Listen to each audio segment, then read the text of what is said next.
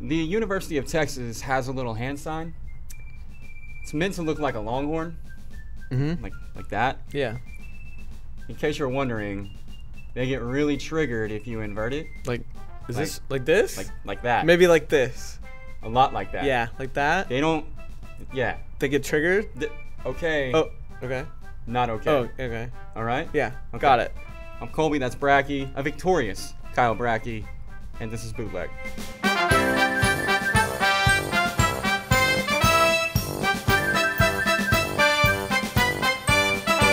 On today's show, we'll welcome back our Georgia Bulldog whisperer, Michael Gunter. He'll talk dogs and playoffs. We also have a handful of college football picks that don't suck this week. They will not suck. Confirmed. I'm pretty confident about that. But before we do any of that, I would be remiss if we did not lead off the show with a little talk about West Virginia's massive win on Saturday, which, in my opinion, the game of the year in college football so far, definitely the ending of the year in college football thus far. And our man Kyle was at the game, so broad subject, dude. I'm going to let you just run with it, and I'll follow along wherever you'd like to go. Okay, thank you for the floor. It was the best college football game I've ever been to. And it, took – you asked me that, after the morning after the game, and I, took a second, and I was like, yeah, it really was. Just the importance of the game, the atmosphere of the stadium, over 100,000 people, one of the biggest crowds they've ever had. And then just the ending and the guts it took to make that call. And by all accounts, it was the plan the whole time that the offense took the field. And they said, if we score, we're going for two. We're going for the win. And it was a back and forth game. There was a point there early in the fourth quarter, maybe even to the middle of the fourth quarter. It looked like they were going to ice things. And then we put a nice touchdown drive together to tie it. I'm like, okay, one stop. We got this. And then they hit a really nice double move, and Ellinger just dropped a dime in there for a long touchdown. Hey, could you please Yeah, sorry about that. That was very unprofessional of me. Sorry about that. But and then we get the ball back with a little over 2 minutes to go, and I felt confident that we could move the ball. It was just whether we were going to get into the end zone. Not much time. No, not much time at all. 90 seconds. Isn't that right? Yeah. Mm-hmm. And then Will that pass to Gary Jennings. It was a dime of all dimes. It was incredible.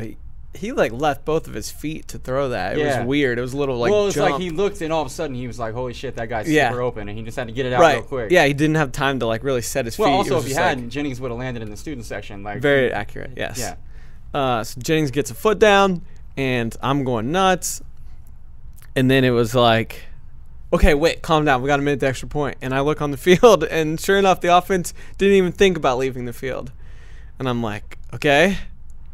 And I was not I saw people afterwards, they were like, we should not, I don't care if we got it. We shouldn't have done that. We should have gone to overtime. I'm just no, I was absolutely fine with the call. I was just super nervous because I wanted us to get it. So I was like, okay, focus back in. Got to rein it back in. Locked in. Yeah, stop being happy. And it was funny because I'm very superstitious, and I was there's 5 of us in our group, and I made everyone get back in the positions they were in during that touchdown drive. Olivia was sitting down all nervous, and I had my hands in my pockets, and I made my sister had kind of moved to another section, so I made her go back there, and it was crazy, but well, it worked. Yes, it worked. So we get ready to run a play, Texas calls timeout. And then we come back out in the same formation. We just flip it to the other side of the field. And they run that slant to Sills, and I lose my mind.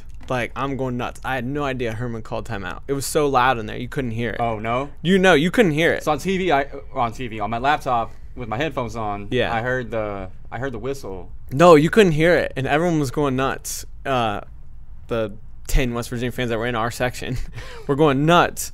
And then Olivia's brother, he was like, no, they called timeout. I was like, oh my God, they're going to stop us. It's that is the most West Virginia thing of all time.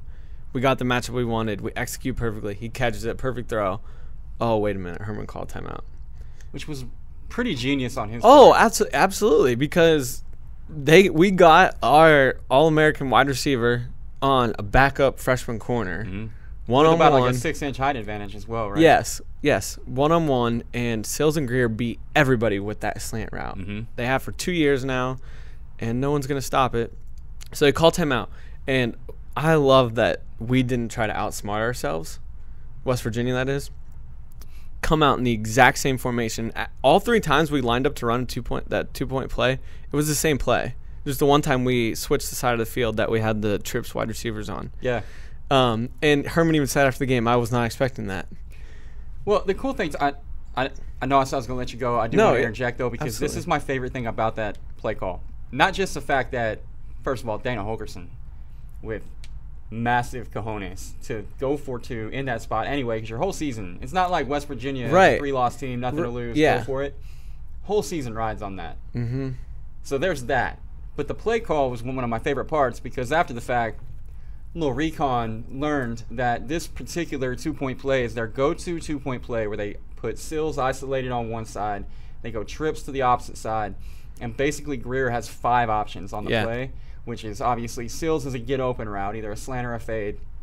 And then on the opposite side with the trips, they go screen, stick route. And the last option on the play is for Will Greer to keep it and run a quarterback draw. Yep.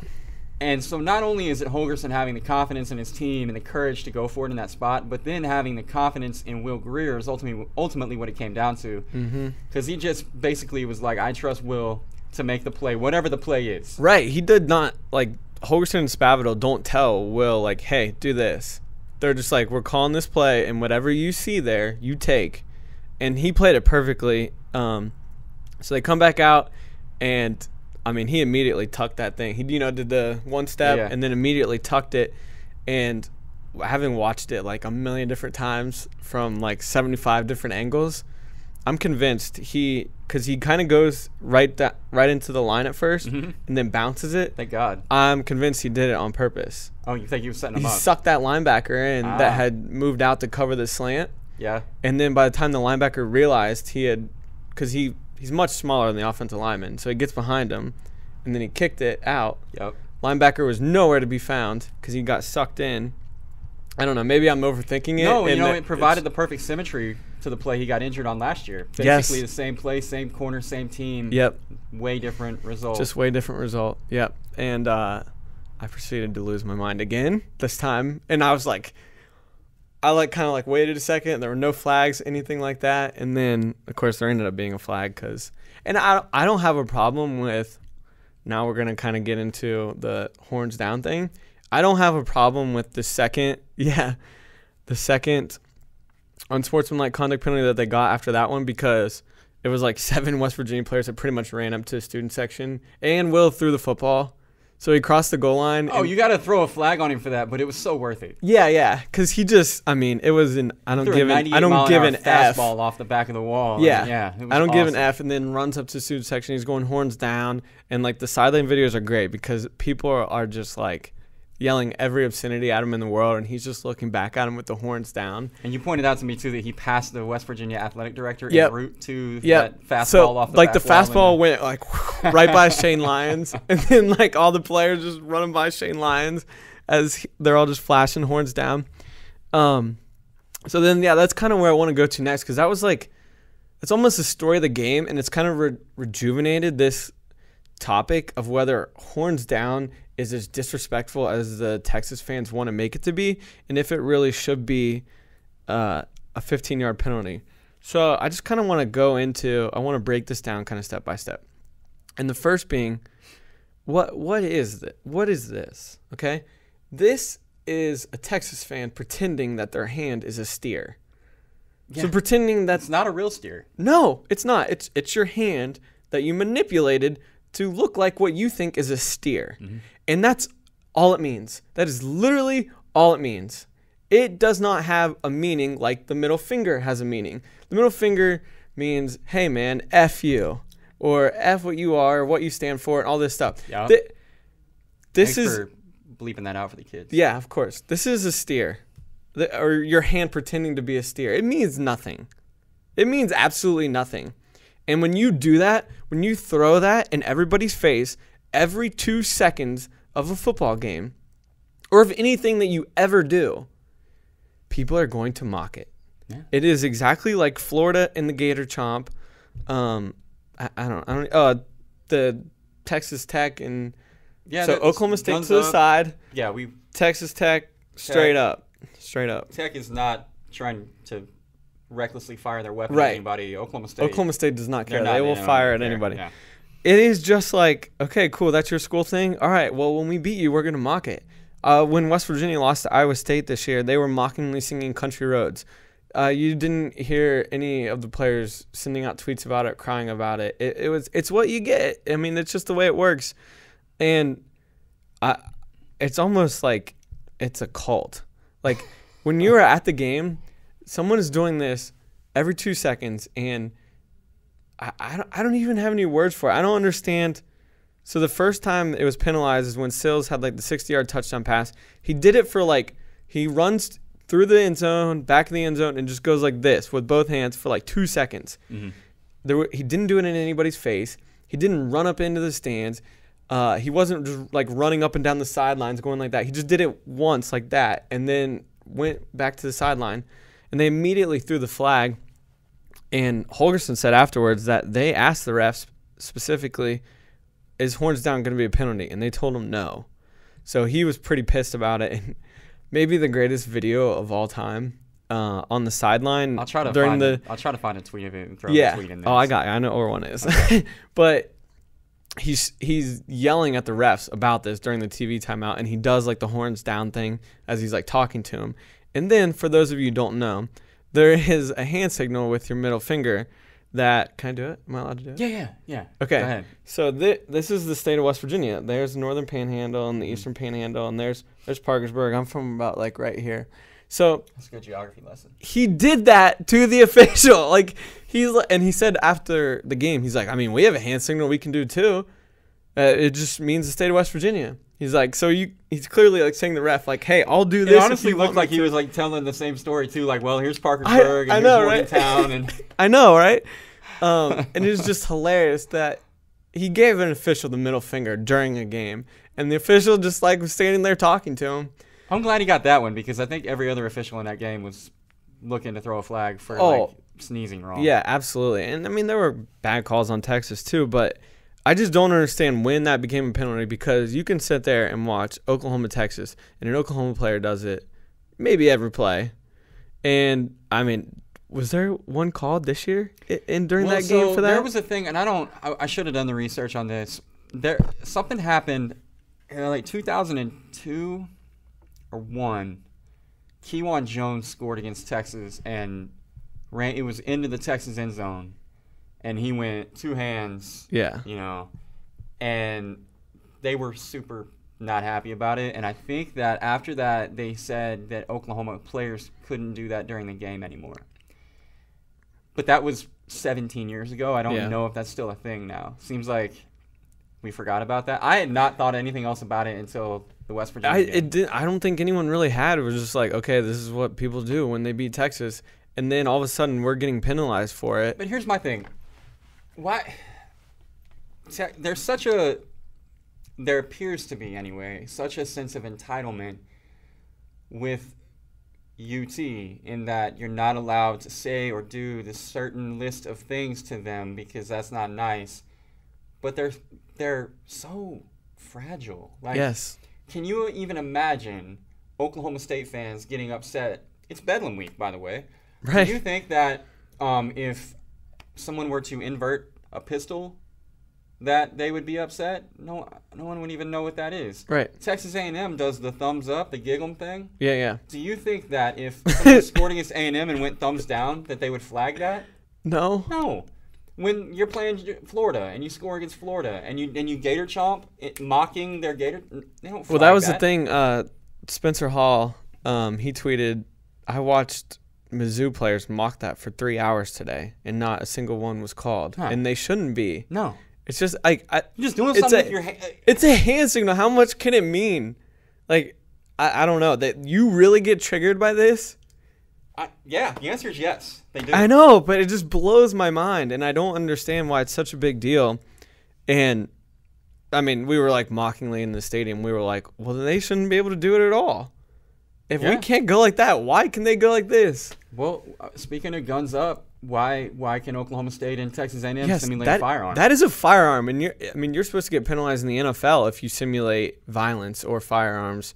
So why can you do that in the college game? Maybe Tech should be allowed to because they're firing into the air, but Oklahoma State is haphazardly firing into That's the crowd. right. Yeah, until they clean up their act and go straight up. Yeah, they gotta. I don't know, man. It really is a sense of entitlement thing, and the Big 12 protects them time and time again. That's a theme. That I get it. Theme is the reason that Texas A&M plays in the Southeastern Conference now. I get it. They're one of your cash cows, along with Oklahoma, but not the highest grossing athletic department in the country anymore, though. They're not? Texas A&M. Oh, ooh. Yeah. Wow. Texas, according to Forbes. Gig 'em. Yeah. Thumbs up. Thumbs up. So yeah, we were walking out of the stadium and Olivia was just flashing it to everybody that would look. I can't even imagine her doing that. Oh, I know, it's right? so hard for me to put myself there. So some lady turns to her and she's like, "Do y'all have your own hand signal, or do you just like to mock ours?"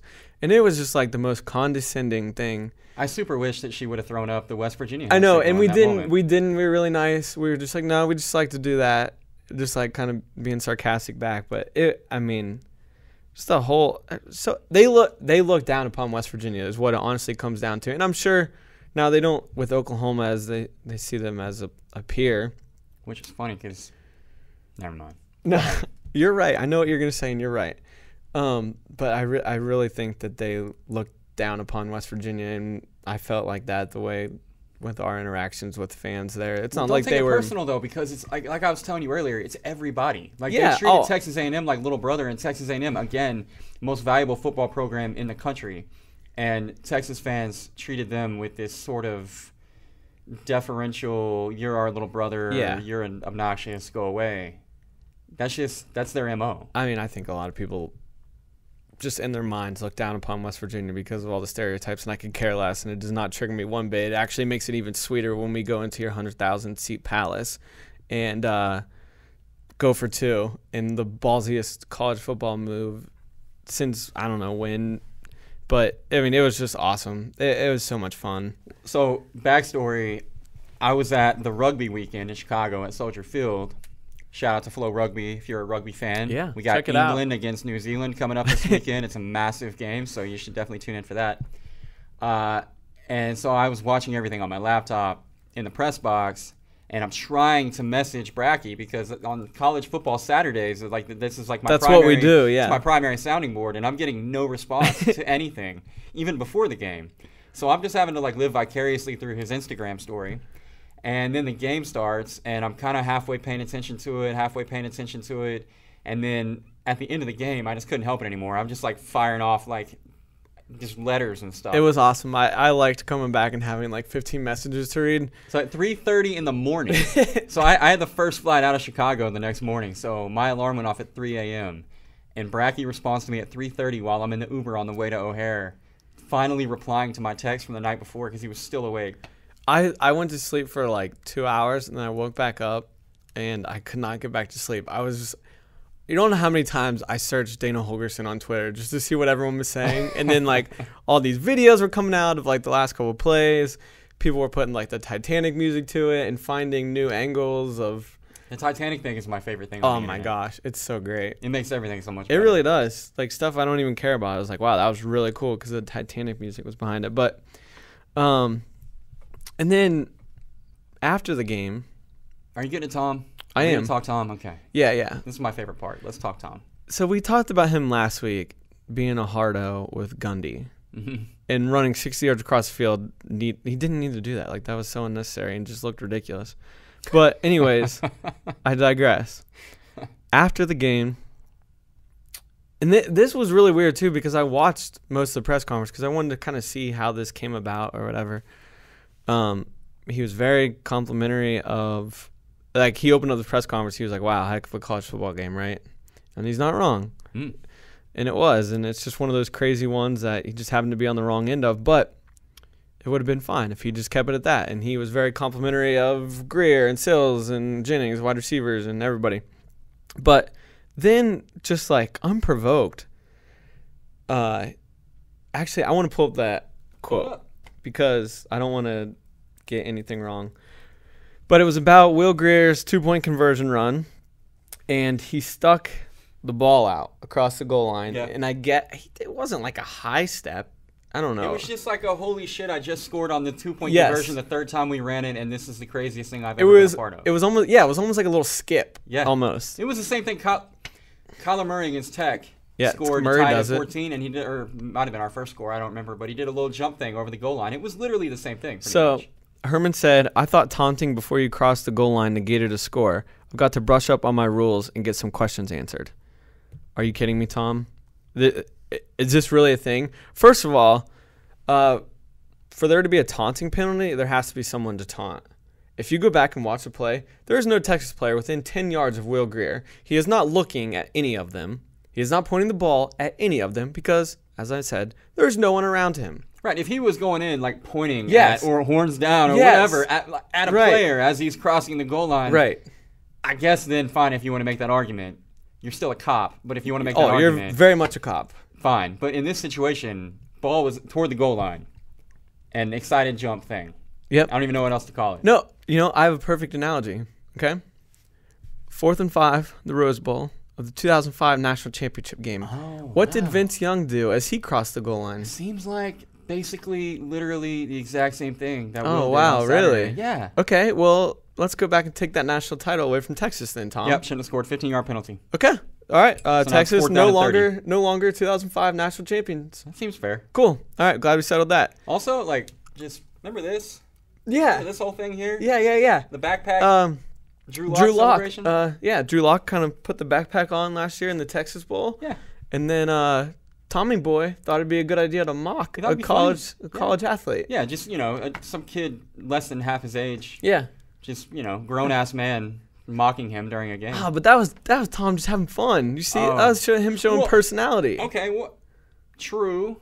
Except what about Sam Ehlinger? Oh, did he do it too? Well, see, I'm confused about Sam because he had this really mean tweet that he fired off after the game where apparently he's going to, find Will Greer in the mall and fight him or something. I'm not sure. But he basically is never going to forget anybody who's ever disparaged the name of Texas by taking your little hand sign and doing that right there with it. And if I remember correctly, it was also Ehlinger who thought it'd be fun to mock he was very his much doing counterpart that at quarterback from Yep. Missouri. That's a peer. That's another guy who, he works super hard to make good plays and try to put his university on the map. The proud University of Missouri. This is what Sam Ehlinger, QB1 of the Texas Longhorns, tweeted on Sunday after the game. "I remember every single team/player that disrespects the rich tradition of the University of Texas by putting the horns down. Do not think it will be forgotten in the future." After 51 minutes, Sam had 258 replies and decided to delete his tweet. It took everything for me not to be part of the 250 some odd replies. I kind of got in on it. That was a the bit. dumbest tweet. Every school in the nation not named Texas, Sam is going to hunt you down and find you because every single school has done this at some point. Well, yeah, so he's got about 45,000 Oklahoma fans to hunt down after OU Texas every year, annually. And basically anyone who's ever played Texas. So, Good luck. Seems like that might distract him from actually playing quarterback, but, you got to do what you got to do. Yeah, absolutely. And the other thing I want to get to with Tom Herman, it's like, you're the coach at the University of Texas. And as Drew Lock said when asked about Herman mocking him, he was like, if the head coach at one of the 5 most historic programs of all time is mocking me, I must be doing something right. And it's like, Tom, what are you doing? You're the head coach of Texas, and you're mocking other quarterbacks in the Texas Bowl that you won to go 7-6 on the year. Congrats! What are you doing? And then this time around, when you're in the Texas Bowl, I hope that you learned your lesson from last year. Yeah, when you're going 7-6 again, Tom, please don't mock any players. And then you are really wanting to win a game because the quarterback stuck his arm out and did a little skip into the end zone from 1 yard out. Yeah. That's how you want to win a game. That's what Texas is doing now. Yeah. That's what Darryl K. Royal built that stadium on. Mac Brown? Mac Brown? Are you kidding me? Get out of here, Tom. Sad. What are you doing? You hate to see it. You hate to see a once proud program sink to that level where their leader would be willing to. Yeah, it's just sour grapes bush league stuff. My God. I couldn't possibly agree more. I don't have any other words. I mean, do you have anything else? I don't know what else to say about it. I don't either. I'm embarrassed for them all at this point. It really is embarrassing embarrassing. For Texas. I don't know, man. Tom, just stop. Just coach. Be normal. Just coach. You're coming off. The perception of Tom Herman has completely changed. Yeah, when he was at Houston, Houston, be a guy who did the weird kiss on the mouth thing with right. his players, cheek mouth, sorry, whatever, somewhere on their face. Yeah, which was weird, but somehow does he kind still of do that? Endearing. I don't think By so. the way, no, I think that was more like, hey, look at me, I want to be a head coach at a big school, so I'm gonna kiss my guys on the cheek so that Tom Rinaldi will do a piece on me before we play on a Saturday. I remember when he got hired, everyone was like, dude, you got to stop the kissing the players thing at Texas. Yeah, I think that was probably like in the negotiations for his contract. They were like, sure, we'll give you this many years, this much money, but also you have to agree to stop kissing 18 and 23-year-old guys. Yeah, a little different. Anyway, point is, aside from that, he has gone from this like likable upstart coach at Houston. That getting was grills. Getting grills. Yeah, that was fun. Remember when you got grills? That was cool, Tom. Yeah, that was cool. You should go back to being that. Get a grill. And you this all kind of started in the offseason with the whole Ohio State. Supposedly he was the snitch thing. Yeah, he was, and it's he just kind of into that. Yeah. All over Garrett Wilson, allegedly. And it's just kind of steamrolled from there. And I do think he has Texas going in a much better direction than Charlie Strong did. Obviously, you can tell that with recruiting, and the product on the field has been much better. And having been to a game 2 years ago when under an old AD, and they've really tried to make game day experience a much better thing. They have this thing called Bevo Boulevard now, which is actually really cool. A lot of vendors and food and selling beer and everything. And the game day atmosphere is much better. The program's going in the right direction, but Tom keeps doing things like this that make him look really bad, and the country just turn on you. And I told you this. West Virginia's been in the Big 12 for like 7 years, and probably a lot of this has to do with Texas not being that good since we joined the Big 12. It was like, oh, they're Texas, whatever. Like, obviously we want to beat them, but it's like, I don't know. I didn't have any rivalry with them like Oklahoma has or anything like that. And that's quickly changed. I now understand why Oklahoma and everyone else in the Big 12 does not like Texas. Well, now we can officially welcome you to the Big 12. Thank you. That's my explanation for the weekend. Like I said, it was the greatest football game I've ever been to. It was just incredible, and one that will go down in history of West Virginia football. And a certain Dana take on this show is looking mighty fine right now. Sure is. I retweeted that. I know you did. Again on Saturday. That was great. Just to make sure people were aware. And how about this? Before the game, I took a picture with Olivia, obligatory. But I posted it, and I was like kind of going back and forth before I posted it with the copy. And I was like, I went back and forth between in Will we trust and in Dana we trust. And I went with Dana. Ooh. 2 hours before the game. Wow. And then look what happened. That's impressive. Thank you. You really have your hand on the pulse. I really do right now, apparently. Yep. Pulse of the program. Pulse of the program. Well, let me just go on record. From Oklahoma to West Virginia, I'd just like to congratulate you guys on a great win. Thank you. What was great about it is the next day we went out to eat and we're out places, and a waiter at Snooze said he was a big OU fan and that he loved it. Oh, okay. Yeah. Well, cool. Yeah. I tried to go to Snooze. There were 45 million people there. There were a lot of people. We waited a little bit, but we went to the park. We had no wait. Sat down. Nice. Mimosas, breakfast buffet. Can't go wrong with the park.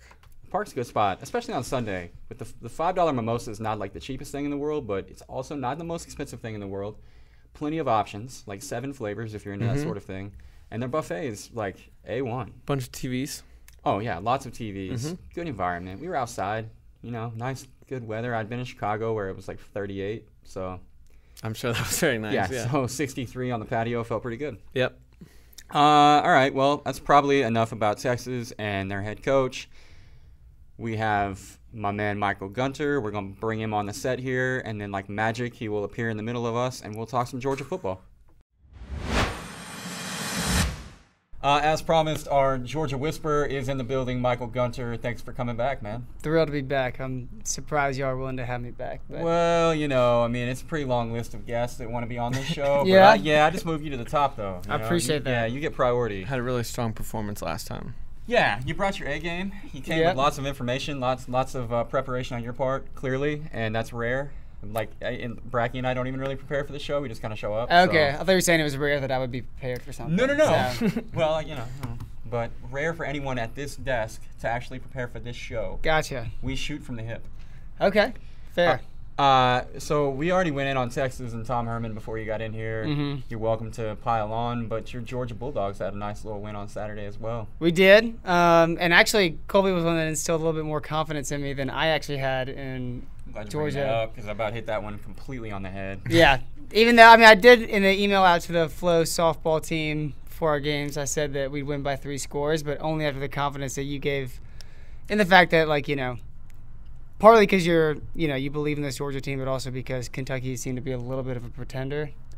I think that was safe to say. Yeah. They just, it's tough to it's tough for me to take you seriously when you don't actually have a quarterback on your team. Yeah, just another running back. Yeah, with respect to Terry Wilson, it's great that he can throw a forward pass, but I mean, most of the players on a team can throw a football forward. Yeah, exactly. That's what he's got going for him. But more often than not, he's been able to use his legs to get them just enough, and that Kentucky defense has been great all year. So, I mean, I get where you were coming from with having a little reservation. Also, Bratke does that with West Virginia every week. Makes it any better. Like, I'm always the optimistic You have one, to as a fan. and he's always the one that's worried. So. Yeah. Especially just coming from a Atlanta and Georgia sports fandom. Yeah, that's a tough environment. You just, you have to teach yourself to temper expectations. But yeah, I was proud of the team. I mean, I think they actually were better than what the score even showed. The game wasn't in doubt. Really, much of the game they took control of it, which I was happy with, especially on the ground. Oh yeah, no question. Finally, nice to see DeAndre Swift being DeAndre Swift again. His best game of his career. And then Kentucky's one of the best rush defenses to date. I mean, again, we go back and look at their schedule. Who do they play that's really a ground powerhouse, but happy to see it. Yeah, no, I mean, look, in the SEC, and I don't want to be like SEC guy, but, I mean, even if your schedule looks soft, you're playing better opponents week in, week out than the majority of the country. So, that's no shots fired at the Big 12. Or the Pac. Yeah, the shots fired at the Pac-12 for sure. And the ACC. And the ACC. The ACC's trash this year. Okay, so basically what I'm saying is, the SEC is better than everybody else, and the Big 10 and the Big 12 are kind of far behind, and then everybody else is trying to be there. So, point being, Kentucky is what they are, and they beat some teams that have run the rock well against other opponents. Mm-hmm. So, I have a lot of respect for what Mark Stoops has done at Kentucky, and I think that they have a really great defense. And I don't know that you guys so much exposed them as you've just been really strong up front on the offensive line of late. Mm-hmm. Which, I mean, feel free to disagree. That's my interpretation. No, I agree. And also it was good to see, too, they have, the 5 stars that everyone hears about on the offensive line, but they also have depth. They were missing 2 starters. Mm-hmm. And usually for most teams in college football, when you take out 1, much less 2 starters on the road against a good defense, that's a recipe for disaster. And so credit to the depth of the offensive line. And then also, again, I go back to the defense being able to contain Benny Snell, because we've been getting gassed for 5-6 yards a carry almost all year. So to be able to hold him under 100 was huge. Well, I have some I did a little research on your Bulldogs. Yeah. And so I have a few things I'd like to point out. The defense, while maybe they give up 5-6 yards a carry, they do not necessarily give up the big play. Okay. In fact, they've allowed the fewest plays of 20-plus yards in the FBS this season. Running or passing? Running or passing. Wow. 17 total plays over 20 yards against Georgia all year, and 5 of those came against LSU. So if you take the LSU game out of it, your D is only giving up 1.5 plays. You're only giving up 1.5 plays over 20 yards each week. Wow, that's a great stat. Mm-hmm. And your offensive line, which, maybe you felt iffy about them at some points in the year, and as you mentioned, there were injuries coming into the game, but they only allowed pressure on Jake Fromm on 2 of 21 dropbacks in the game against Kentucky. And then obviously you ran the ball like you did, which you already pointed out. So and he looked good again. I say all that to say, if Georgia continues to trend in the direction they are now, clearly they've already locked up the East What's your level of confidence that Georgia can give Alabama a fight? Keeping in mind that this is a team that probably should have won the national title a few months ago. Yep, I agree. And keeping in mind that this is a different Alabama team to an extent, but there's always a chance when you have talent and you're playing in a neutral environment and you're seeing a team that you're familiar with. So I think the two biggest things are health. So Georgia's turning in the right direction from a health standpoint, getting the offensive line healthy, getting the running backs healthy. A couple of the wide receivers have been dinged up. So if everyone can come back healthy, I think that's a good start. And then, like you said, the youth just continuing to get better and better. Then there's always a chance, you know. And I think, you know, you have to go through things like not getting down early, getting the ball out of Jake Fromm's hands quick. Because I think what killed Georgia against LSU, one of the things, and has hurt them in the past, is the play action is slow developing, and it doesn't allow Jake Fromm to make quick reads and continue to push the ball down the field. And then in doing that, you kind of have the defense on their toes, and then you can run the ball up the middle and keep moving the ball. If we can do something like that against Alabama early on, there's definitely a chance. And we're going to have the ball bounce in our favor. Let me ask the question a little bit different. How many teams, realistically, either one of you guys, do you think really could beat Alabama? I mean, to be honest with you, and I'm not a Michigan guy, Michigan might be I think Georgia is, just from a talent standpoint and how they match up, just the consistency on both sides of the ball when they're playing well. I think they would be my first pick. I don't know. Or Clemson, I guess, is up there. I don't know, Bratke, what do you think? For me, it's just Clemson. I don't. The Michigan offense can't score with Alabama. I don't think Notre Dame can stop and/or score with Alabama. Georgia's an interesting one because I think when they play their best, they might be. But I don't know if we've seen that version of Georgia yet, the version we saw last year. Right. Whether it was in the SEC championship game or the national championship game. Or the semifinal. Yeah, absolutely. Yeah. But I don't know, man. I guess Clemson, just because of Trevor Lawrence and where Alabama's kind of been vulnerable this year is through the air. Now, Burrow and LSU didn't do anything, but as we talked about before, Joe Burrow hasn't done much against anybody through the air this year. Yeah. So I don't know. What are your thoughts, Coleman? I think that in terms of a complete team that can play with Alabama, all things being pretty equal, no massive discrepancy in game pace or this team turned the ball over a whole bunch or this guy got hurt, whatever, just straight up. I think Clemson has to be the first team that you mentioned just because they've been there. For the last 4 years, Clemson has been the challenger to Alabama. They've defeated Alabama. They've won a national title. This team is loaded. They can play with Alabama in the trenches up front. The defensive line at Clemson is probably the best in the country. If it's not Alabama, it's definitely. Clemson. They're better than a couple NFL teams. No, yeah. I mean, they've got 4 guys that are going to be on NFL teams playing heavy minutes on Sunday next year. The Trevor Lawrence thing has really surprised me at Clemson because when Kelly Bryant left, I was concerned for them. But Lawrence has stepped up and been – it's almost like when LeBron came in the NFL or into the NBA, he had so much expectation on him that it seemed like it would be impossible that he would live up to all of the hype, and yet he did. And there are very few examples of anybody ever doing that since. Maybe you could throw out a Bryce Harper in Major League Baseball, Sidney Crosby maybe in the NHL. I don't know, but the point I'm getting to is that Trevor Lawrence has far exceeded the hype, I think, at this point. I mean, look, Louisville's Louisville. But 10 guys scored in that game last week. And Trevor didn't even have to do much because he put them out early and it was over. Clemson has the killer instinct. I think that you need to be able to go into a game with Alabama with not that LSU was scared. They weren't. They don't have the firepower. Clemson has that attitude that LSU had, but they also have the firepower, I think. I mean, look, Trevor Lawrence has got more weapons than anybody, save for maybe Oklahoma, offensively in the country to go to bat against Alabama. So I like Clemson.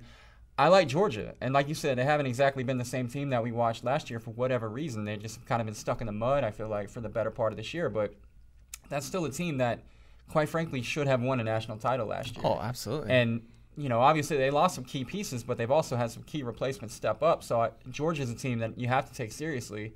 Mm-hmm. Beyond that, Michigan's defense can play with Alabama. Mm-hmm. Can their offense? I don't know.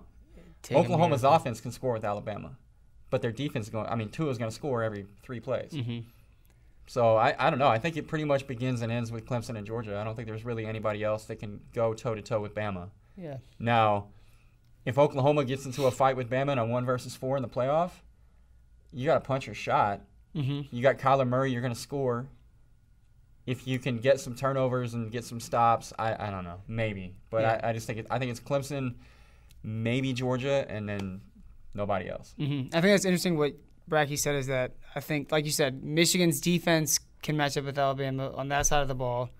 Oklahoma, the same thing on the offense side of the ball. And then Notre Dame is kind of, it seems like, just not up to par on either end. I really don't think they are. I think it's 2012 all over again if they play. Yeah, I think the past few weeks, we kind of saw Notre Dame get rejuvenated by Ian Book against what has turned out to be below average competition. Yeah. At the time, he started against Wake Forest. Wake Forest had a winning record and it pushed Boston College. After that game, they fired their defensive coordinator. We saw them blow out a Stanford team that has now lost like 4 games. Mm-hmm. Now, when they play, and then they play a couple of physical teams in Pitt, and they barely win. And then they go on the road and scored a late touchdown to win by 10 against Northwestern, a very average team. Mm-hmm. When that was a 3-point game most of the fourth quarter. Mm-hmm. I think it's just who Notre Dame is. They're not, and I don't know if they're going to lose because their schedule's not great the rest of the way, but I think if they get in the playoff, no matter who it's against, they're going to get beat soundly. Well, it's funny because, Clemson plays in the ACC, and we were joking about the ACC not being any good, and they're not. But Notre Dame's schedule is pretty close to what Clemson plays. Yeah, they play 5 ACC games a year. And Clemson's blowing folks out, and Notre Dame is, that Northwestern has been tough, but not so tough that you should be tied at the half if you're Notre Dame and you actually legit think you have a shot at playing, an Alabama toe-to-toe. I don't know. A lot of people are going to point to their win over Michigan as like a huge booster because Michigan's now in the top 4, but that was a totally different look. We need to start throwing out like the games in the first 2 weeks. Like clearly those just don't mean anything. I mean, Wisconsin was 6 when they lost to BYU. Mm-hmm. We saw, and we'll get to BYU later. Look at Auburn and Washington. Like that was a matchup of 2 top 10 playoff contender teams. And so it's just it's so not apples to apples anymore that you got to throw it out because that's not the same Michigan team. I mean, no, not Shea at all. Patterson's first game with this team. Well, it's funny because it's like they tried to run. They put. And we talked about this. They basically put Shea in the same type of offense that like O'Korn and. What's his name? UCLA guy. Yeah, I whatever. can't think of his name. Yeah, that's how good he was. No, that's going to drive me crazy that I can't think of his name. I'll get it. Yeah, Google that for us. They tried to put Shea Patterson in that type of restricted offense, and they got beat for it. And it was like after that, they were like, Wilton Spate. Yeah, Wilton Spate. After they took the guardrails off of UCLA offense. Yeah, I mean, So anyway, after they took the guardrails off, Shea's been Shea. So maybe he gives them. And they were minus a couple of their really good wide receivers. Donovan Peoples-Jones didn't play in that game and then has been lights out. Tariq Black didn't get back until a week or 2 ago, right? Exactly. So I mean, they just have more weapons on offense. The offensive line's going. Higdon just had like a 7 straight 100-yard rushing game. Mm-hmm. They're clicking on all cylinders, man. Mm-hmm. I like them. I like them. I don't know. I still think it's Clemson and Georgia. I don't know if you guys caught the Auburn-Texas A&M game last week. I did because it was my very good dog. I'm sorry. I cannot believe A&M blew that game. But that Auburn team is who's up next for Georgia. Yep. Do you have any concern at all with Georgia hosting Auburn on Saturday? Any logical concerns? Not really. I mean, it is a rivalry game, and then even though Georgia got embarrassed in Auburn last year, which is, again, seems to be a trend for West teams against us. But, we totally took away their shot to go to the playoffs last year. after coming off an Alabama win, beat them very soundly in the SEC championship. So if there's a revenge edge there, if there's, I don't know, some kind of letdown because Georgia now is locked at the East, that they're already kind of looking ahead to Alabama, which is, I don't see that with this team. It's too far away. And yeah, you can't look ahead because you have to run the table before you get there. Exactly. Like, this is Georgia, and a lot of teams are in the same position now. Even though the playoffs is only 4 teams, a lot of teams are in the playoff right now. And Georgia is one of those teams. And so I think they'll approach this well. I like the matchup. I don't see – their offense just has never hit their stride. Auburn's hasn't reached their potential. Jared Stidham has looked off all year. We talked about this last time I was on here. We talk about it every week. Yeah. And it's a night game at home. I think the crowd will be into it, especially after the last 2 weeks. I think Georgia should be able to take care of us. I'm not too worried. So the last Georgia-related question I do have for you is regarding Justin Fields. We talk about this every week. Yeah, I know. I expected to see more of him than I have this year, and I wonder. This is no diss to Jake Fromm, but the team that has had the most success challenging Alabama has been Clemson. Yep. Who did it primarily with Deshaun Watson. Fields is cut more in that Deshaun type of cloth where he brings more to the table offensively than does Jake Fromm. Would Fields give them, had they hypothetically given him a chance to develop throughout the season, would you feel like that sort of a dual threat quarterback would give Georgia a better chance against Alabama than will Jake Fromm? I definitely think he has the potential to raise the ceiling. I think we've seen the ceiling with Jake Fromm, and the ceiling is high. Don't get me wrong. I mean, we're a play away from winning it all last year with Jake Fromm as a freshman. The ceiling is the roof. The ceiling is the roof. That's good. Coming up on the basketball podcast.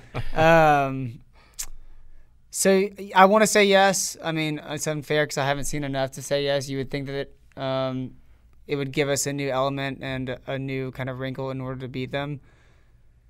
You know, Smart came from Saban, and this is the first time Saban's really gone to, to switching it over and taking Hurts out and going to Tua. He didn't do it till late in the year last year, and you saw what Tua did. Right. So I would say yes. I mean, it's unfortunate that we haven't been able to watch Fields kind of progress earlier on in the year like we thought we would, especially when we were blowing teams out. We wanted him to take more series. But, they gave him a couple wrinkles against Kentucky. The first passing play he had, he had the freshman feet. He had a couple receivers open. You can see Mikol streaking across the middle, wide open, but immediately feels pressure, tucks it and run, which is natural for a freshman, much less a freshman that can run a 4.5. Yeah. Yep. So maybe. I mean, 3 weeks is a lot longer than it sounds, and maybe he can get some serious reps and they can throw wrinkles in there. And then, I mean, I'm also hoping that Georgia hasn't exposed still like the entire playbook if they need it. Yeah, well, I mean, I feel like their game plan has been pretty conservative thus far. Totally.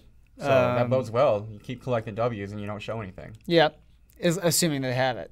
But yeah, I mean, I told you, I think I have a hard time envisioning this team with both these quarterbacks on its roster next year, just considering, they both want to play on Sundays. They both can play on Sundays, and only one player is really going to be able to run a team. I don't think we've ever seen a effective 2-quarterback system where both quarterbacks are complete quarterbacks. Tebow was not a complete quarterback when he was playing on that roster. He's now playing baseball, but they just ran it differently when both of them were in there. No question. Alabama said they were going to do 2. Clemson said they were going to do 2. Georgia's saying they're doing 2, but they're really not. So it'll be interesting to see. I mean, I have an inkling that he's going to take over the starting job next year after a full year in the system. Wow, you heard it here first. Breaking. So, what if... We're going to need to delete this podcast. Hypothetically, of course, what if Jake Fromm were to lead Georgia over Alabama into the playoff and to a national title? And Fields isn't a big part of it? Yeah. I don't know. I mean, the thing is, just with the transfer rule, is it worth sitting out a full year to start at least 1, potentially 2 with Georgia? I I don't know. I don't think it would be, because then Jake Fromm again is starting next year when Fields would be sitting out if he transferred. Mm-hmm. And if Fromm if Fromm goes to 2 national titles, possibly, with the chance of 3 the third year, he could go early. It's possible. And that's a whole nother discussion there. So I don't. Maybe I'm backtracking now. I don't know. What do you think? What do you think his ceiling is? What do you think Georgia's ceiling? How does it differ with Fields? I think that I think Fields brings a dimension that Fromm doesn't bring, but I don't necessarily. What could Fromm possibly do that he hasn't done? I mean, he's doing everything he's asked. He's not being asked to throw the ball a lot. When he is throwing, he's being very efficient with the football. He proved as a freshman that he could lead a team to a national championship game, and he doesn't seem to have a lot of deficiencies as a passer. He can't run with the football like Justin Fields can.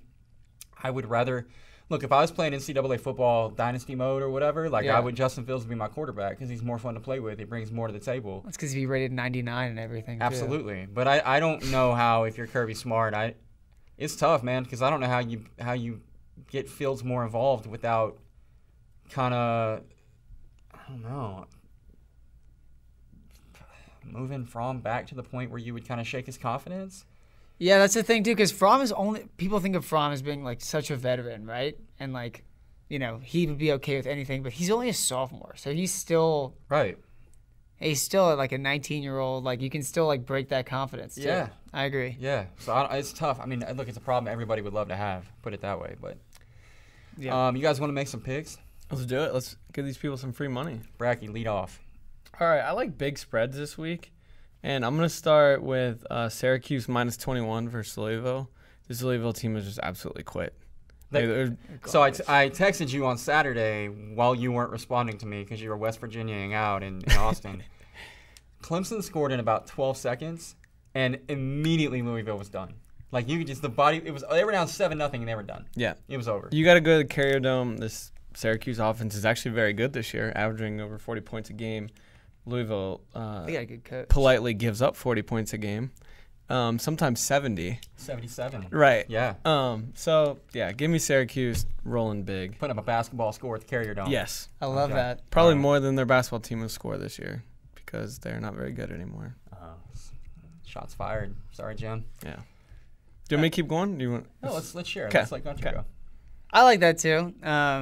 Again, teams overlooking teams if they're waiting. Doesn't Syracuse play Notre Dame next week? I think they do. Yankee Stadium. So Notre Dame wears those god awful Yankee. Would you be worried if you're a Notre Dame fan about wearing those terrible uniforms against Syracuse? Yes, Isn't absolutely. that an upset waiting to happen? Yes. Those If are the you worst get uniforms bonus of all points for time. wearing cool uniforms, I feel like everybody's attributes get turned down about 10 points if you wear shitty uniforms. 100%. Teams do not win in ugly alternate uniforms. God, and they're so bad. Yeah, so Syracuse over Notre Dame in 2 weeks. I think even if they look over Louisville, you still beat Louisville by 21 points when you are overlooking them. I totally agree with that. Yeah. I like that. Mississippi State is getting 25. It started at 26 at Alabama. So ridiculous. And you want to take Mississippi State, but it's Bama just beat LSU by 29, and they had their C+ game.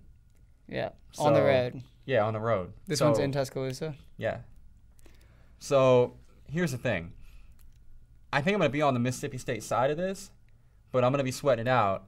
I just think that State, the way that they're able to hold the football and run the thing effectively, both with quarterback and running back, is something LSU. Look, Nick Fitzgerald is not a good quarterback by any stretch of the imagination, but compared to Joe Burrow at the college level, he's just more effective. And he's been throwing the hell out of it lately, too, which caught me by surprise because when I saw him, I didn't think that he could throw a forward pass anymore. So if Fitzgerald is able to just be a little above average and they get the ground game going a little bit, then they're just going to take the ball out of Tua's hands. And if there is a defense in the SEC other than LSU who can kind of, put a little damper on Tua's massive success, I think it's Mississippi State. Their front four is fantastic. Their linebackers are very good, and they're strong in the secondary, and they're red hot. So give me 25 points. Give me State in Tuscaloosa. I like that. Defense travels. So definitely. If you're going to go into Tuscaloosa, I think that with a defense of that caliber, that's the best route to success. And if there's any time you want to play Alabama, it's right after they just smash LSU on the road. I like that too. It'll be interesting to see if Fitzgerald can make a couple of 15-yard, 20-yard down the field throws early just to open it up a little bit. Mm-hmm. So Alabama isn't completely playing one-on-one the entire game. So I would think that they would start off almost man-to-man, put everyone in the box early on and see if he can make a couple throws. Yeah. And if he does, it'll be interesting. Well, Mississippi State doesn't have a whole lot of playmakers at wide receiver, but Stephen Guidry is a dude. Yeah, he is. He's a guy that was headed to LSU at one point, and when given the opportunity, which has been rare, he's made plays for State this year. Mm-hmm. So if they get Guidry going in the passing game with a couple big ones, like you said, I think that they could not win. They're not going to win, but maybe lose by 3 touchdowns. Yeah. Alabama first half is usually the move I like to say on here. I know. And then they give it up. But I like that. That's so many points. It's crazy that those two teams that we were talking about, Alabama and Clemson, are both playing ranked teams, and the spreads are just out of this world. Yep. Bratke, what else you got? I like Northwestern, team we just talked about a few minutes ago with Notre Dame getting 10 on the road versus Iowa. I love this. Iowa's been ice cold. Yeah, and Northwestern is not. I mean, they look pretty good against Notre Dame. Iowa's just one of those teams that plays however their opponent plays. Mm-hmm. When they were playing Wisconsin, when Wisconsin was a top 5 team, it was a game until the final 3 minutes. When they went to Penn State, they played to their level. Purdue, their level. Northwestern, how about this? 6-1 against the spread in their last 7 road games. Oh, that's a good stat. Yeah. Okay. Yeah. So I like Northwestern getting 10 on the road. I'm with you. They're in control of the West, Big Ten West? Yes. It's not like winners and losers like it used to be. Winners and losers. Legends and leaders. Champions and wannabes or whatever. Yeah, they finally changed it because they realized how terrible those were. God, that was bad. But yeah, so even if they lose this game, I think they're still in the driver's seat. But they might win this outright. But definitely cover the 10. What do you think about your West Virginia Mountaineers as a 13.5-point favorite at TCU? No, it's in Morgantown, which makes it even more appealing. TCU. Gary Patterson said today that they've lost 20-plus players to season-ending injuries. Damn, I didn't realize that. I didn't either until he said that. And they're down to their 6th or 7th safety. That does not bode well for Will Greer and that offense. They do not look good either. No, the offense can't score. They beat Kansas State 14-13, I think, last week, which is gross. Game. Oh my God. Yeah, so I'd like that. I'm a big West Virginia fan this week. I mean, not fan. I am a proponent of betting on West Virginia. You like that side. Yeah. Mountain Dew you. Mountain Dew you. Let's get it. Gunter, you got another one? I wish I did more research. I wish I had you did my too. computers with me. I like so the only team in college football to cover every game this year is Well, it was Washington State. Mm-hmm. They didn't cover last week? Nah. I like them again. They're only, what is it, -5? Week, right? It's at 6 now. 6? And it's on my list, so I actually have information for you. Washington State is now 8-1 against the spread. Colorado has lost 5 straight games outright. And the spread went from 4.5 to 6 in about 3 seconds. But even at 6, I feel like I'm missing something. Yeah, I feel like this is going to be one where the line stinks and you feel stupid about it later, but I just can't. Yeah. I can't fathom a way where Washington State doesn't beat Colorado by double digits. They look good. I mean, even the defense isn't awful. No, the defense kept them in it against Cal. Yeah. Cal's defense is pretty serious, by the way, and that's a game that Washington State loses every year. Mm-hmm. And they found a way to win. That's my favorite thing about this team that I think differentiates them from every other Washington State team is that in the past, they'll look great 75% of the time, but they're going to have those games where it's a struggle, and if opponents can make it difficult on their offense, then all bets are off. Mm-hmm. But it just seems like, I don't know if it's Gardner Minshew or if it's the fact their defense is vastly improved, but whatever it is, all of those factors may be coming into play. Washington State is a team that you can be pretty comfortable with handling their business now week in, week out. Yeah. So, plus it's in Boulder, kind of a sleepy crowd. It's not exactly a tough road environment. Sleepy. Sleepy, yeah. Lost 4 in a row, I think. 5. Yeah. 5? 5. Oh my gosh. 5 in a row. Yeah, I mean, Ugh. and they have a lot. I mean, they have a lot to play for. Yeah. It's not like this is just a pretty good ranked 15 to 20 team. Washington State's in it. I mean, we listed out the things that have to happen for them to get into the playoff, and none of them are insane. And there's a lot of stuff, but none of it's outside the realm of possibility. So Yeah. they have everything to play for. So yeah, love the Washington State pick over Colorado. The last one I have before we get to our very good dogs that caught my eye was North Texas laying 14 against Old Dominion, who beat Christian Pile's Virginia Tech Hokies, but Old Dominion's his alma mater, so we're not really sure if that's like throwing shade or giving him a compliment. In any case, I don't think ODU has what it takes to hang with North Texas. 14 points. Oddshark says that North Texas is 30 points better than Old Dominion. So Oh my goodness. I'm going to go with the math on this one, which is something I'm sure you can respect. And I'm going with North Texas. I like it. Mason Fine has been unreal this year, and Old Dominion is just not a good football team unless they're playing Virginia Tech. Or Western Kentucky. Or Western Kentucky, which was one of the craziest football games you'll ever see. And how far has Western Kentucky fallen Oh my since gosh. Brom left? Dude. That just shows How you good of a coach. Jeff Yeah, Brom is. exactly. Yeah. Yep. And he's going to, speaking of Louisville, Oh, yeah. I mean, they might have that already negotiated under the Yeah, table. for Purdue's sake. So one of my I feel bad For for Purdue. Purdue. One of my good buddies from graduate school is a Purdue guy, and I feel so bad for Yeah. him. He's like, he can't even get excited about the good things that are happening because all that means is that they're going to come to an end really quickly. Man, I feel bad for him too. That was like a fun team to get behind. I know, And like I Rondell know. Moore and like Tyler Trent was like, like the feel good story. Like you're like, let's go Purdue, and then he's just gonna go to I know. Louisville. And if it wasn't an alma mater, you'd think that maybe Purdue's a better landing spot right now than Louisville. I think Jeff Brom is the only coach in the country that would leave a Big Ten program to go to Louisville. Louisville's just a mess as like an athletic department as a whole. So like, Yes, they are. That being said, with the ACC being where it is, if a guy like Jeff Brom goes to Louisville, he'll have them back immediately. Like this. Just immediately, yeah. I agree. In fact, if I'm Dabo, I'm like really hoping that Louisville goes a different direction than that. Stick with Bobby. His buyout's too much. You don't want to get rid of him. He's doing great. He's taking them plus 21. The last game that I saw that I actually thought was kind of interesting is so Kentucky, who was just ranked in the top 10, is -4 at Tennessee. Notice that. Also feels Enticing, right? kind of like a trap.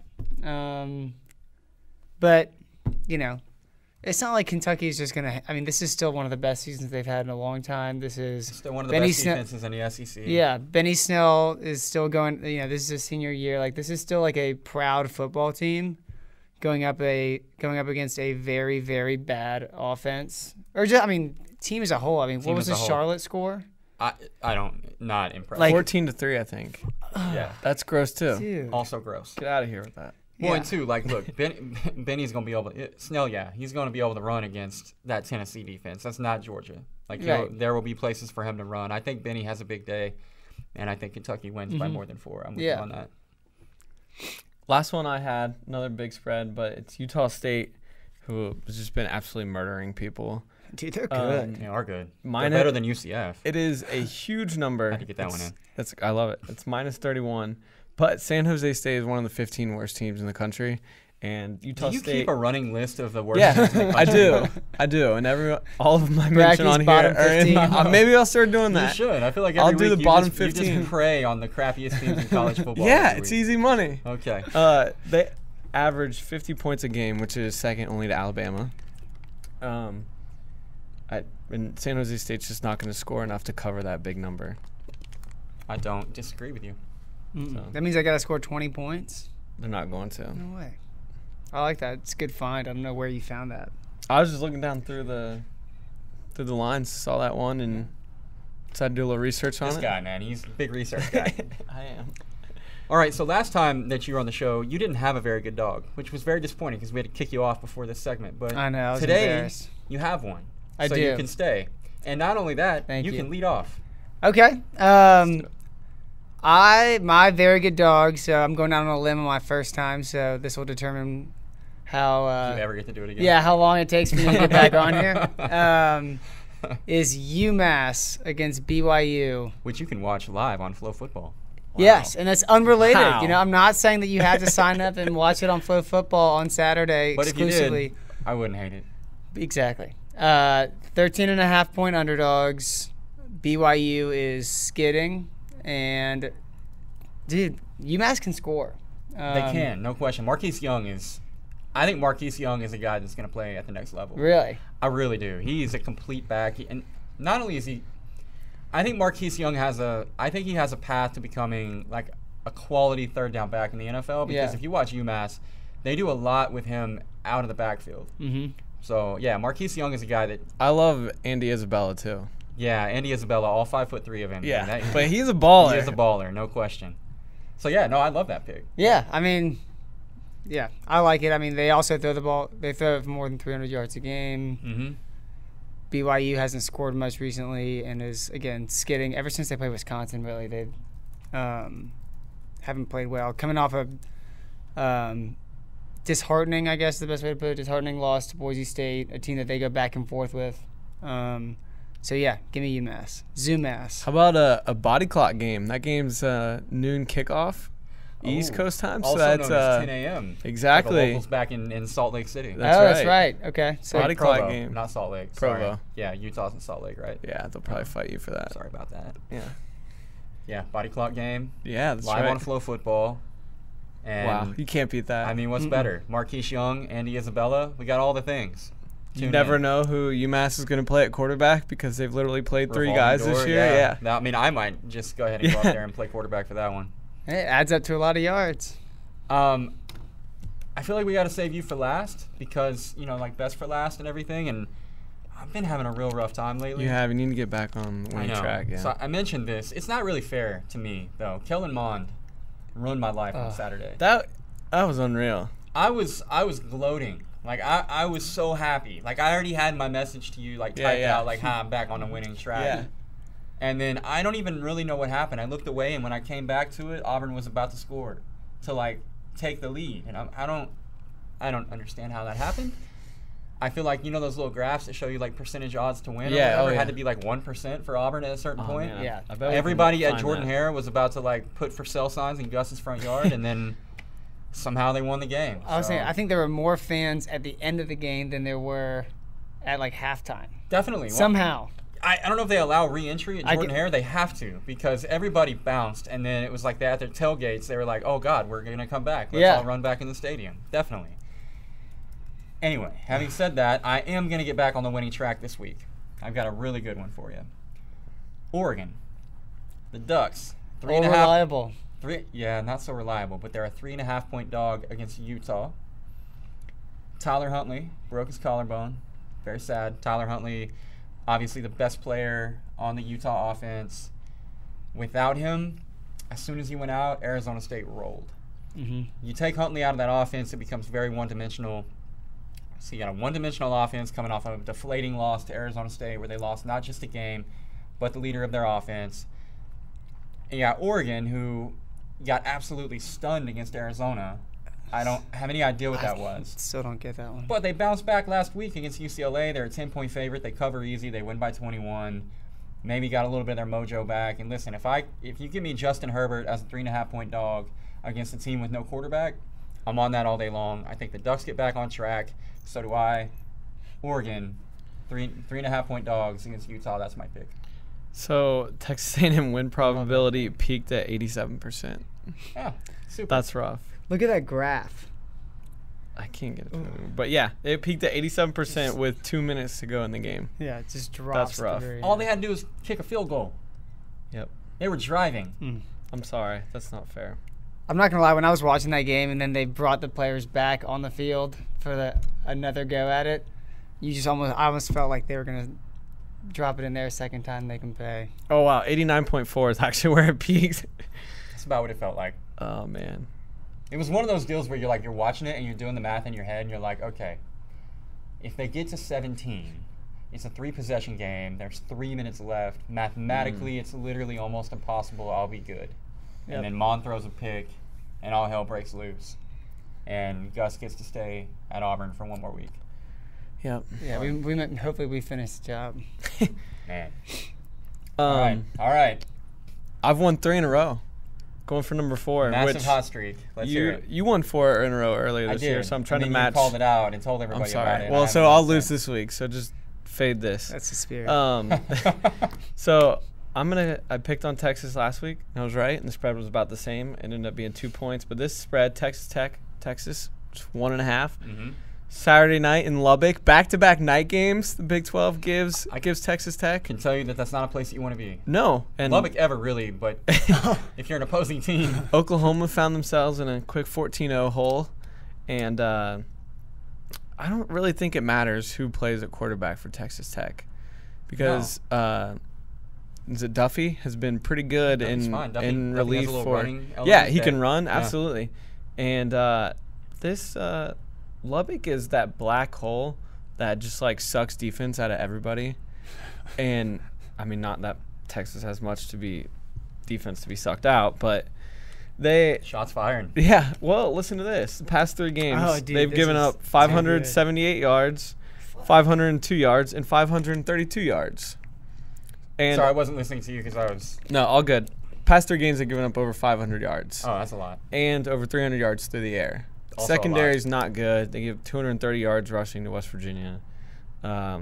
Give me Texas Tech in that offense, and Texas continues to slide. And Tom Herman will probably find something new to cry about. Probably. Ooh. But, they'll be back in the Texas Bowl, so he can mock Drew Lock again. He can mock Drew Lock again. I swear it's like you're listening into our conversation at lunch. We had the exact same conversation that I was considering taking Tech. Yep. As my good dog, and then you said, man, it doesn't matter who plays quarterback for them. I know. Doesn't. I really don't think it does. Wreck Tech. Yeah. I'm here for it. I like it, too. It's a bummer Bowman had to be hospitalized. That guy's good. I know. It sucks. I don't know what's up with his lung, but it needs to get its shit together. I agree. But in the meantime, there'll be another quarterback that's just throwing the ball for 500 yards a game. Yeah. No big deal. Yeah. Don't forget to like, rate, subscribe. Do all the things. Tell your friends. Tell your relatives. Tell your relatives' friends about our show. I think it's pretty decent. Maybe even above average. Above average. Like on a scale of 1 to 10, what would you rate it? Like a 7? Maybe 15. Maybe? Yeah, I would say 15. 15? Mm-hmm. Yeah. Okay. When Gunter comes on, then we got to bump to 17, right? Oh, stop it. Oh, okay. Bedlam Saturday, so pray for the Oklahoma defense. Pray for my sanity. Special thanks to Herschel Walker for signing the Georgia helmet on the desk today. Oh, yeah. Very nice touch. Yeah, shout out to Herschel. Yeah. So I'm going to try and get a couple more from – my dad loves to make these as a little hobby. So I'll try and get some more when I'm back home. The more the merrier. I think we're just going to pile them all up. To the I like point it. Where, you can't even see us. We have to, yeah. That'd be perfect, yeah. And we can just wear some also. I would love to wear one for the duration of a show. Yeah. Mm-hmm. Problem is that Oklahoma helmet's an extra small. The Ohio not really sure what very tight grown adult can wear that thing, but the Wisconsin one though, that 2XL, it fits on my can wear head, that so one. Yeah, that one's all right. Did I miss anything? It's like on good. PTI when they ask Statboy if they made any errors. Yeah. No, I made all the errors for us today. Okay. Great. I appreciate you checking me. Yeah, of course. All right, well, we'll be back next week. Some of us in some form or another, and until then, horns down. Go Dogs. Boomer.